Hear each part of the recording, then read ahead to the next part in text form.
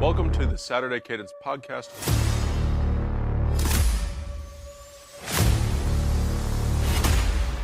I'm Blake Biscardi, and remember, the Saturday Cadence podcast is the heartbeat of college football.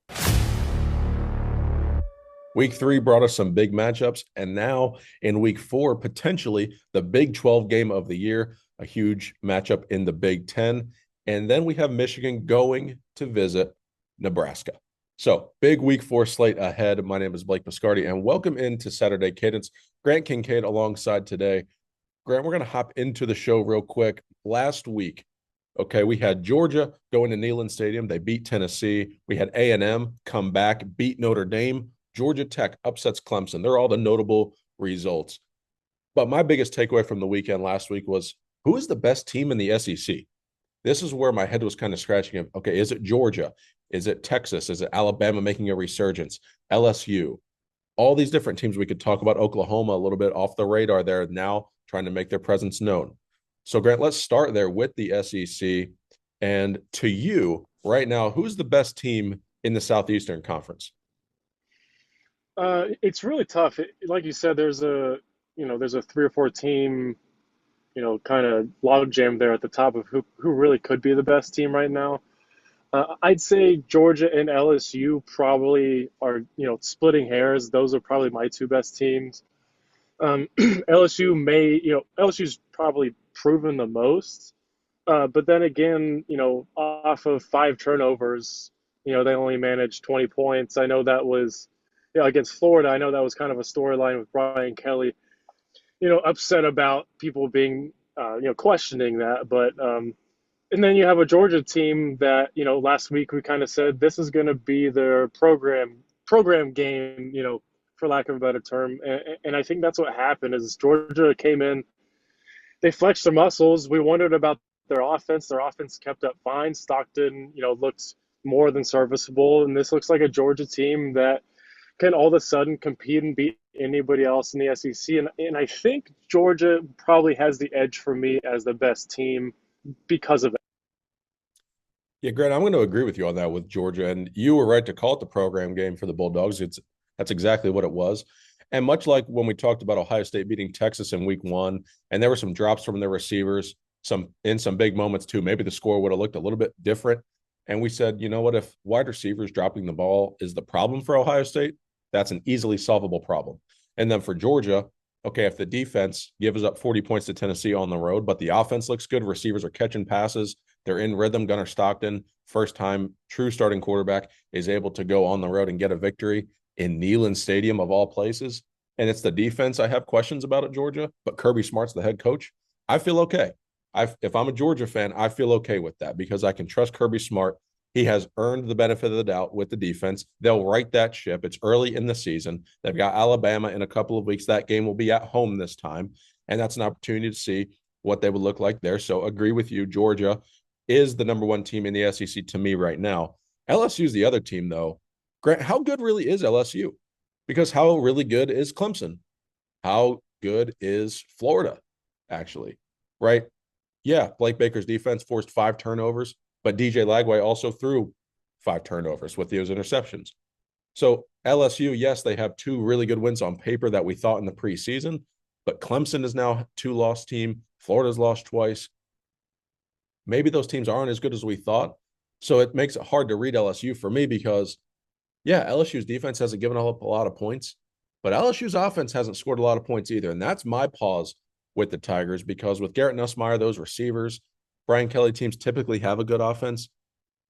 Grant, how good actually is LSU to you right now because of the teams that they've played? That's where it's hard to evaluate these teams in September. But how good do you think LSU actually is? I think that's, it is really hard to evaluate them because of what you said, Clemson is already a 2-loss team that hasn't looked great or hasn't looked particularly good in any of their games. So all of a sudden, like you said, that win is not what we thought it was. And then like we've mentioned a couple of times against LSU in a game where the game should have been over and, handedly very early. It was a 1-score game the whole time. And LSU's offense was handed bonus possessions, and they weren't really able to cash in on any of them, especially surprising with a quarterback like Garrett Nussmeier that they weren't able to do that. So, Brian Kelly has his work cut out for him all of a sudden, and, Nussmeier may not be the guy that we thought he was. And two, Grant, to add to that, LSU was at home. It's not like they were on the road and got 5 extra possessions. They got 5 extra possessions at home. And again, like you said, they only scored 20 points in the ball game. So just something to keep your eye on with LSU. That team's going to grow. But the thing is, for LSU right now, they've won their games. And there's something to say about getting a win. So, yeah, has it not looked perfect? Are there questions? Yes, but everyone has questions. The biggest thing for the Tigers right now is they have 3 wins over 2 teams that we thought were going to be good, but they won the game. And so, yeah, am I echoing a little bit of what Brian Kelly said in his press conference? Yeah, kind of went off on the reporters. I don't really agree with that kind of approach, but LSU has the wins, and you can't argue with those because they're going to pay dividends later in the season, especially the non-conference win over Clemson, regardless of how good those Tigers end up. But 2 other teams, Grant, to discuss real quick. Texas and Alabama each took a loss in week 1. I think right now Alabama's trending a little bit better than Texas is. Arch Manning been grimacing as he's throwing the football. Is he hurt? How long has he been hurt is the question. Did it happen in fall camp and it was quiet? What's the kind of deal with Texas? They've not really looked that good. I think of all these teams in the SEC, I'm the most surprised with Texas because, yeah, Texas is really talented. They're going to be really good, but they're not really good right now. So of those 2, Texas and Alabama, how do those teams trend to you here in the early goings of September? I, I like to think that Texas maybe, you think they have the better chance just because of, they have an established quarterback for, whatever it's worth. I know, we've obviously discussed Arch Manning, kind of a little bit of a roller coaster and, showing flashes of greatness, but I think Texas as an overall roster and, just the quarterback and probably, a coach that right now I trust a little more. I'd say Texas would be the one that it's trending a little further up than Alabama is. Alabama obviously they get a game at home against Wisconsin, and they more than handle business. They do what we thought Alabama would be doing this year. And I think that's a great sign for Alabama, but I think I need to see more before I could really see them trending, in a better direction than Texas. Grant, last 2 teams real quick, then we'll move on to some of the games this week. 2 of the best quarterbacks in this entire conference so far are John Mateer and Joey Aguilar. So let's talk about their 2 teams real quick, Oklahoma and Tennessee.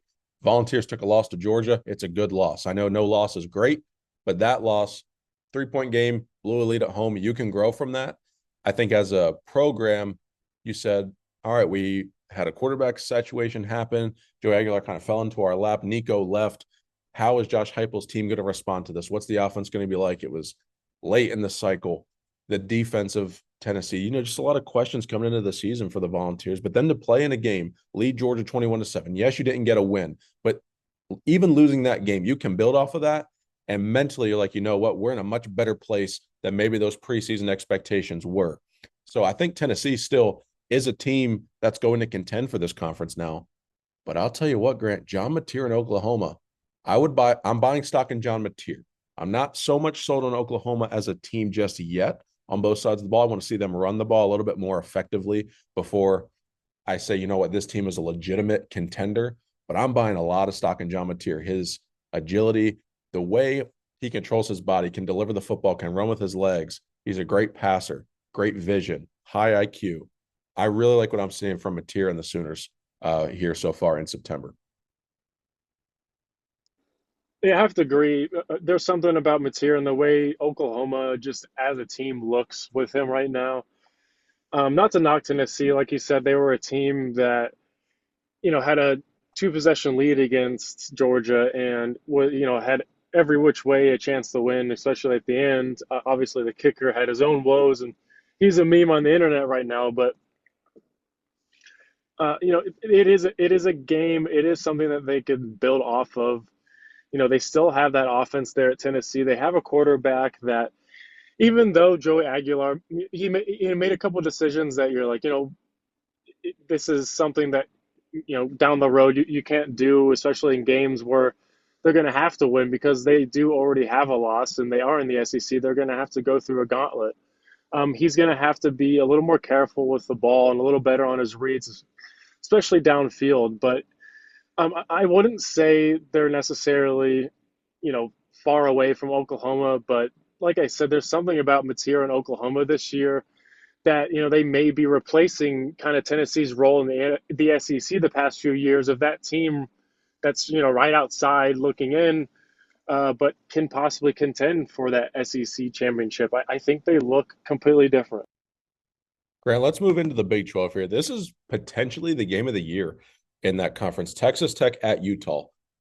What's crazy about this game, and it's a programming note, Fox Big Noon Kickoff is there. But Fox Big Noon Kickoff is an Eastern time zone slot, and they just so happen to play in the Mountain time zone. Grant, so this game is going to kick off at 10 a.m. in Race Eccles Stadium. So this is a massive game for the Big 12 race. Two people we need to make sure everyone's aware of, because I'm not sure how much you guys are watching the Big 12 in terms of a national picture. Yeah, there's a headline guy, quarterback for Oklahoma's John Mateer. Yeah, most people know that. Most people know Ty Simpson or Gunnar Stockton or Julian Sayin or Arch Manning. Well, let's talk about Devon Dampier at Utah and Baron Morton at Texas Tech. These two quarterbacks are outstanding. They're extremely talented, and they've got both teams off to a 3-0 start. So this is a game that we need to watch nationally. It's going to be real early out there, but there is no doubt about it that stadium's going to be bumping. What are your thoughts on this game here, Grant, as it's going to be one of those conference race formers here, where it's going to form how this conference race is going to look, and a huge inside track here for the winner? Yeah, it's interesting to see, Texas Tech obviously involved in a game where you're already saying, this is a huge game in the Big 12 this early in the season. And Utah on their own right, this is it's interesting to see two programs like this early in the season contending for the playoff. And obviously Tech has had all kinds of, recruiting success, and it's been a bit of a trend for them, seeing what they can do with that talent that they've got the past year, through the portal and whatnot. But I think, like you said, Dampier, is a guy that is shooting up people's Heisman odds. Even this guy is a difference maker, and in that environment at home, Tech maybe has an edge in as far as the talent goes. But Utah in that stadium, we've seen it again and again. Teams that going there expecting to win, it's not going to happen like that. It's not going to be what you expect. So, picks I'm not going to reveal, but I don't think it's going to be easy for Tech to walk in there. It's not, but one thing we have to know is that Baron Morton is one of the top passers in the country. He's already thrown for 923 yards this year. The other thing for Utah, Grant, this is not normal for a normal Kyle Whittingham team, is that Devon Dampier is not only their quarterback, he's their leading rusher so far. He's carried the ball 33 times for 198 yards. So that right there tells me Utah is having a problem running the football. If Utah is one-dimensional against Texas Tech, they're extremely talented. It could be tough for them to win even at home. So Utah's going to have to find the running game outside of their quarterback, because it's hard to play Superman. Now, you can do it in a game for 4 quarters, like maybe Dampier does that. But as far as the whole season is concerned, and the winner of this game, yes, they're going to have the inside track for the Big 12, but is that going to be the ceiling for the winner? Could a team emerge as, hey, this is a playoff contender that could end up in the national championship fold? That's what I'm looking for in this game, because Utah can win the game. But if the blueprint is our quarterback is going to be our quarterback and our leading rusher all year, or near basically splitting carries with our running backs, see, that recipe I don't love. So that's just something that I want to watch for in this matchup for sure. And then we'll, in the next segment, get to our pick for the game. But that's something that I want to just note for those who are listening. Grant, the other game, though, is a big showdown in the Big 12. It's a little bit off the radar, though. It is Illinois at Indiana. Now, Brett Bielema and Kurt Cignetti have done a great job building these programs. They have not done it in the flashy way. Cignetti came from James Madison and took his guys with him. Bielema's been at Illinois for a couple of years now. He's won some big games. This is that matchup that says, hey, this team's going to contend for the college football playoff as an at-large spot, or can they take it even a step further and say, hey, we're going to contend for the Big Ten? So there's a lot at stake here for both of these teams in an early season clash in Bloomington. And I absolutely do think that the winner is going to be in prime position for a playoff bid. Yeah, another game where, it's a product of playoff expansion where we are here, in week 4 already talking about Indiana and Illinois being playoff contenders. This game, the magnitude of this game has already risen to a place where we're doing that right now. And like you said, two coaches with maybe slightly different styles, but two programs skyrocketing up right now in the Big Ten, and it's gonna be really interesting to see, how these two guys duel it out, how the chess match goes, because both of these guys are really savvy offensive minds, and the way they use their talent to be able to run the ball, move the ball really in general. It's really interesting to see. So, I love games like this already meaning so much. Oh, me too. And Grant, everyone was talking about it in the offseason saying, hey, Illinois is going to be this year's Indiana. They're going to have a shot to go to the playoff. Well, in order to be the man, you have to beat the man. And for Illinois, this is a chance to be the man and beat the man. So for them, yeah, they're going to be that team that contends for a playoff spot from the Big Ten. And who knows, both of these teams still can. A loss doesn't completely write them out or write them off. But you certainly want to have this game in your back pocket because it's a ranked win. You don't really play that difficult of a schedule. And if Illinois does not win this game, they got to play Ohio State in a couple weeks. They'd almost have to win that game in order to have a shot at the playoff, given the nature of their schedule and then the depth of the SEC, plus the top end of their own conference in the Big Ten with Ohio State, Oregon, and Penn State. So there's a lot here at stake for both of these teams. But Grant, do you think that the winner of this game is a dark horse Big Ten contender, or do you still think that they are a step down from the Buckeyes, Ducks, and Nittany Lions? I think they're absolutely still a dark horse playoff contender, and I think Indiana showed that last year. So, to your point, a team like Illinois, who's finding themselves, ranked high from the start of the season with a chance to steal this at large bid. You have a team like Indiana who's sustained the success and has a chance to, like you said, beat the man and become the man and have an absolute, a great chance to be able to make the playoff. Elijah Surratt, the wide receiver for Indiana, is going to be my X factor in the game. I think he's my player to watch because the Indiana receivers, I think that's the place where they have the biggest advantage. The line of scrimmage is going to be extremely important in this matchup on both sides. Who can run the football, who can establish that run game. But the weapons outside for Indiana, that's where I think could pose the biggest difference making ability as far as players are on the field because they're two pretty evenly matched teams. But I do think that the biggest skill position gap is going to be Indiana's wide receivers. Not that Illinois are bad. I have respect for Indiana's receivers because they're one of the top groups in the conference. But elsewhere in the Big Ten, this is the game that I think will be the best game of the week right here in terms of a competitive standpoint, storylines. Is this going to be the one that puts Nebraska back on the map? Michigan's coming to town, just won the national championship 2 years ago. They've got Bryce Underwood, the top quarterback recruit in a number of years. How is he going to fare in his second road start? We saw what it was like in Oklahoma. Can Michigan bounce back? No Sharon Moore. Matt Rhule, this is year 3. Historically speaking, this is the year that the team takes the step forward. Dylan Raiola's at quarterback. All of these factors coming in. It's a humongous program game for Nebraska. And now I say program game. That's not the same way that we referred to Georgia last week against Tennessee. Just this is a game for the program of Nebraska. If you want your football team to be back on the national scene, this is one of those, in quotes, coming out party matchups for you where you say, hey, we are legit and we've taken that next step forward.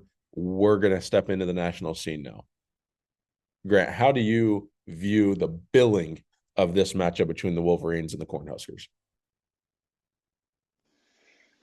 Oh, I know. Like you said, it's a chance for Nebraska and Dylan Raiola to actually, flex their muscle and make a statement and finally take that step that we've been waiting for Nebraska to take for so long. And then on the other side, it's Underwood's chance to, make a statement and come out and be the guy that, everyone thinks that he should be. So, at this point, it is like you said, it's probably the most intriguing matchup of the weekend because whatever happens, it's going to make a big statement to the rest of the Big Ten and the rest of the country. And with Nebraska, if I don't, if this is kind of my last chance for me, unless Raiola and Nebraska do something later in the season to surprise me, this is kind of my last chance for Raiola to impress me and kind of be the guy that he should be and that people have,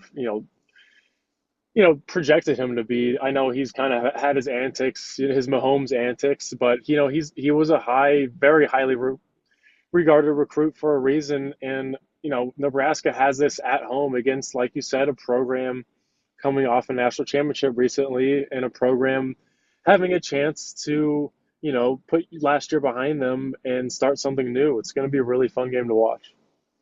Because Grant, the way Michigan's schedule sets up, I mean, you're looking at this, they get a win here.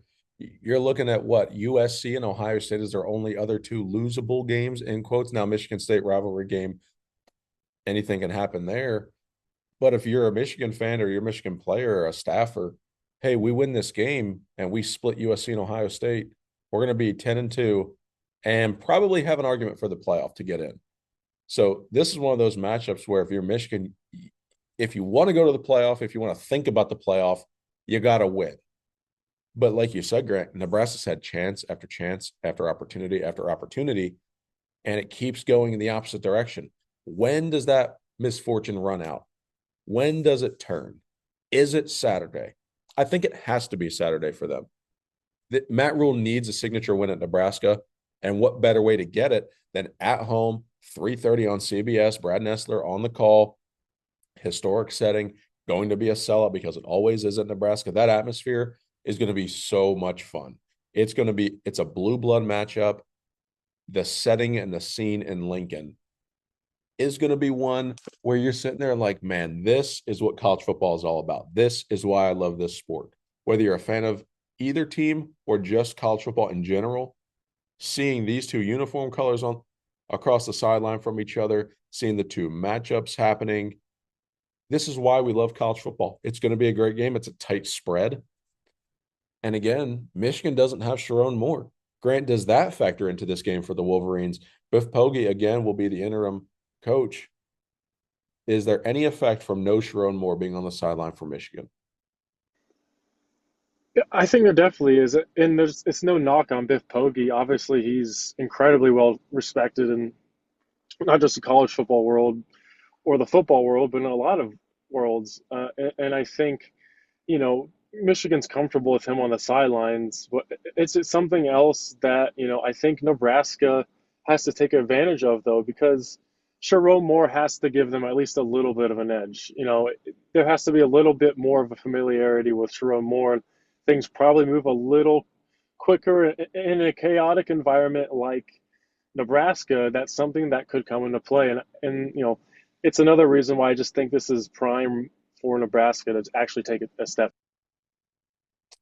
Right. And then you look at across the sideline there for Bryce Underwood, Grant, he was not the main problem. Yeah, it was his first road start, but to me, he didn't look like he was shaken or that it was too big of a spot for him or uncomfortable.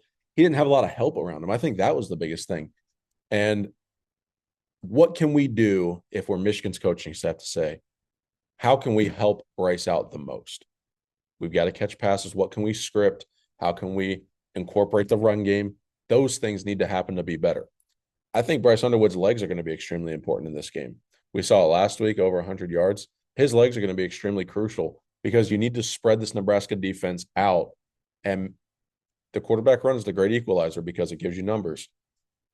That is where I think the X factor of this matchup is going to be. If Bryce Underwood is able to run the football in addition to throwing the ball, I think that's going to be a good sign and an indicator for Michigan that they're figuring out this offense. You're able to operate it on the road in another tough environment early.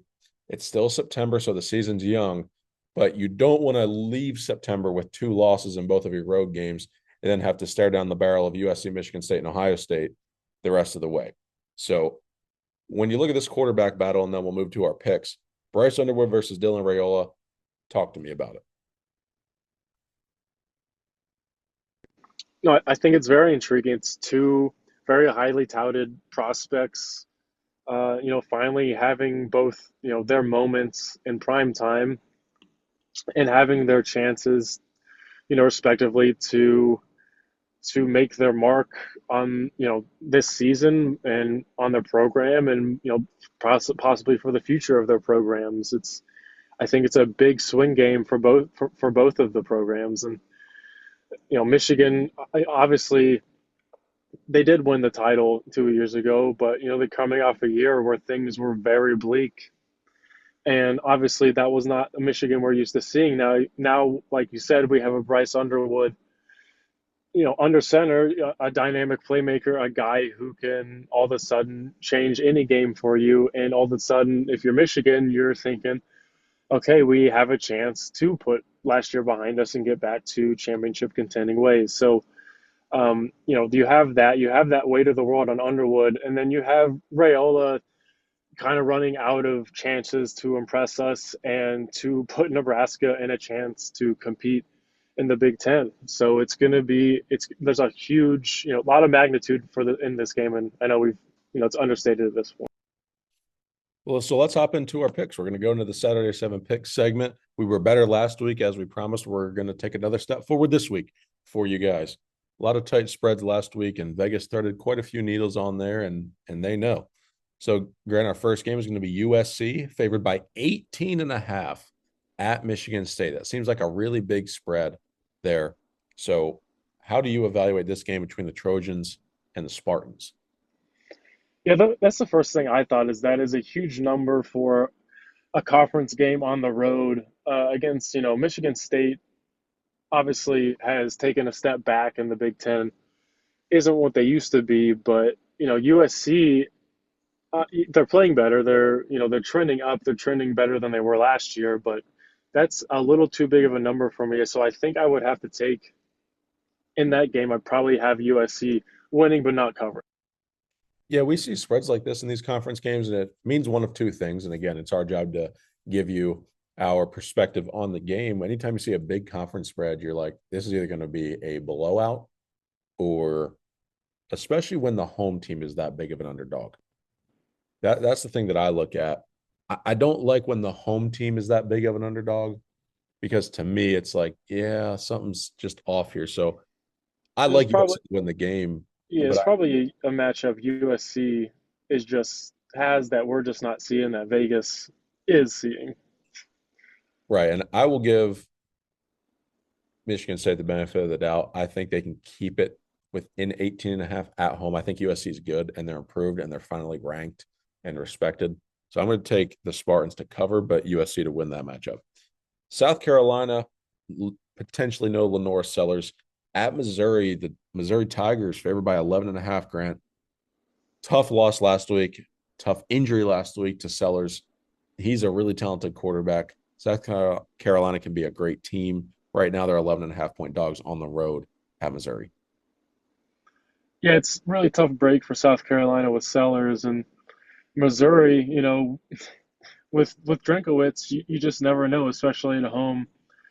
They're a team always liable to make a statement all of a sudden, and with that line, they're definitely projected to. It's sitting at 11.5.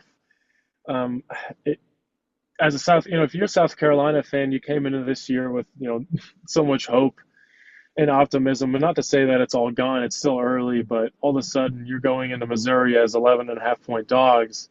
Something is not going right. Missouri, I think I could see them covering that just because of the situation, with Sellers and South Carolina right now, and it being at Mizzou. But Drinkowitz, I'll go with him to cover. I like Missouri at home as well. I think they win this game comfortably with no Lenore Sellers on the sideline. If Sellers is there, it'll be closer, but I'm going to like Missouri big in this matchup. Game of the year in the Big 12, Texas Tech at Utah. The Utes favored by 3.5 here, Grant. 10 a.m. kickoff local time. Yeah, like we said, it's a very intriguing matchup. It's a matchup that, you know, because of the playoff early in the year, we get to talk about Tech and Utah being playoff contenders, and it is sitting at 3.5, which is, of course, they couldn't make it to 2.5, but I still like Utah in this game. I think something about Dampier and being at home, Utah kind of been flying under the radar for a few years, and they're a team that was expected to take advantage of this playoff system. And Texas Tech is going to go in there, with a lot of talent. But I think Utah is going to have the edge at the end of the game, like you said, assuming they're able to run the ball, and I think they can cover that. Yeah, where I look right here is that Texas Tech front seven. I think that's going to be really important. I think they're a more balanced team. I do not like, and those who listen to the show know this, picking against Utah at home. I am reluctantly going to do that right here. I'm going to take Texas Tech. I could see this where Utah wins it, but Texas Tech covers, win that game by 2, even by a field goal. I can see that as an outcome. More comfortable right now with Texas Tech. I do think Utah's comfortable. Don't like it. I do not like picking against Utah at home, but I'm going to do it. And we're going to see if that pays off for me on Saturday afternoon. Yeah, that's a zag. It is. It is. Yeah. So next game, we've got Auburn at Oklahoma. The Sooners favored by 6.5 here. Grant, John Mateer getting some respect on his name and his teams. Who do you like in this one? This game is in Norman. I really like Oklahoma at home with Mateer against a lot of teams right now. I really like, and even sitting at 6.5, I think Oklahoma's good for that too. Auburn kind of in a desperation mode, trying to prove themselves and stay relevant in the SEC. I think it's going to be interesting to see, how that goes for them. But I think Oklahoma's just going to be too much. I like Oklahoma by double digits in the matchup. Yeah, I think they yeah. will. Michigan, 2.5 point favorites on the road at Nebraska. Grant, big game for both of these programs. Official pick, who is it? I'm going to roll with Nebraska, and it may be, a terrible decision. But I just feel like something has to give. And I think this is a huge opportunity for, and I know we've said this before, but it is a huge opportunity for Nebraska, Matt Rhule, and Dylan Raiola to make a statement and make themselves relevant again in the Big Ten, and I think they can do it. I will echo your same points, Grant, for Nebraska. Also, I wanted to pick Michigan in this game. I wanted to pick Michigan against Oklahoma, and I did. They have not given me a reason to trust them yet in a big spot. And they are the more talented team. They have the better roster. I think they have the better coaching staff. And that's no disrespect to Matt Rhule, Nebraska. I have a ton of respect for Matt Rhule. I think he's a phenomenal coach. And I actually think he's underrated as a coach. I just don't know if the Michigan receivers are going to do enough for Bryce Underwood. I just don't right now. Now, my mind can be changed on this, but right now, I am going to roll with Nebraska at home. I think the wrong team is favored. I'm going to take the Cornhuskers to win this game and say, hello, world. Nebraska football is back. Florida at Miami next game here. The Hurricanes favored by 7.5 at home. And if you have watched Florida football, you could say, that line's a little fishy. Thought it would be a lot bigger, especially being in Miami. These two teams, these two programs could not be trending in more opposite of directions here to start the season. But alas, Grant, Miami minus 7.5 at home against the visiting Gators in desperation mode. Who do you like? Again, it's a game where Florida is coming in on the road and having to make a statement. Lagway even more so, coming off a game where he threw 5 picks against LSU, and realistically, he could have thrown one less and had a chance to win the game the way it was going. So, if you're Florida and you're him, you have to feel. I mean, there has to be just a pit in your stomach right now. For the Florida program and everyone involved right now. Um, it's just, Miami. has given me way more, and especially at home. Not that it matters all that much, but they have had more of a full stadium. I'm gonna go with Miami, but I don't think they're gonna cover at 7.5. If that was 6.5, maybe, but 7.5, I don't think so. Florida's in a really tough spot, and I believe in Florida. I think they have talent to do it. I think DJ Lagway is a good quarterback. I'm struggling right now with the Gators the way they've looked. Offense does not look clean by any stretch. And Grant, we can't forget about last year. Miami went into their building and embarrassed Florida. So a lot of factors in this are like, you know what? The line's tight last year, desperation mode. It's a get back game, not a get right game, but get back on track. I think Miami might pull their pants down. Yeah, I mean, It has I could that totally see kind of that. feel where, Especially it being a Florida, two Florida teams, like you said, last. yeah, I think this game is one of two things. Florida wins it outright or Miami pulls their pants down. And I literally, that is the way that I view this Yeah. game. Carson Beck has looked good. I know it's kind of humorous to put it in those kind of terms. That's the way that I see this game, though. Last game on the menu though is going to be Illinois at Indiana. Big collision in the Big Ten. Hoosiers favored by 5.5. Grant at home. Who do you like? Man, it's tough. Bielema has really put something special together at Illinois, and Altmaier, in himself is a great story. It's something to watch throughout the year. But I think Indiana. I think they're going to be, probably the team that's taking that crown from Illinois.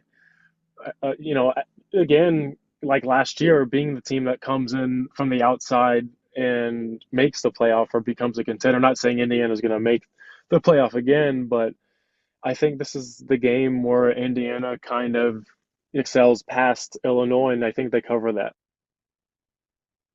This is a tough matchup to predict. These teams are very even. I do like Indiana at home. I'm hesitant though at 5.5 to take Indiana at home. I think these two teams are evenly matched. Elijah Surratt and that wide receiver core could make an extra play, and maybe we get a late cover in this. I think Indiana wins the game.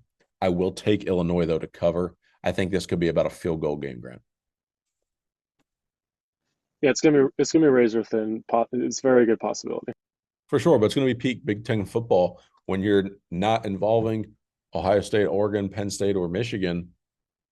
I think this is going to be as good a Big Ten football game as you can get if you don't have those big dogs at the top of the conference on one of the sidelines. So I think this is going to be great football, big opportunity for both teams. Both could stay in playoff contention somehow, some way. But I really like this matchup. It's going to be fun. Oh, absolutely. Any closing thoughts, Grant, as we wind down the show today? Just that, conference play is ramping up, and like we've discussed, games are starting to mean a lot more already. So, finally we can sit back, relax again, this week and watch, really meaningful college football and ruckus environments and coaches and players making statements or disappointing us. It's gonna be another fun weekend.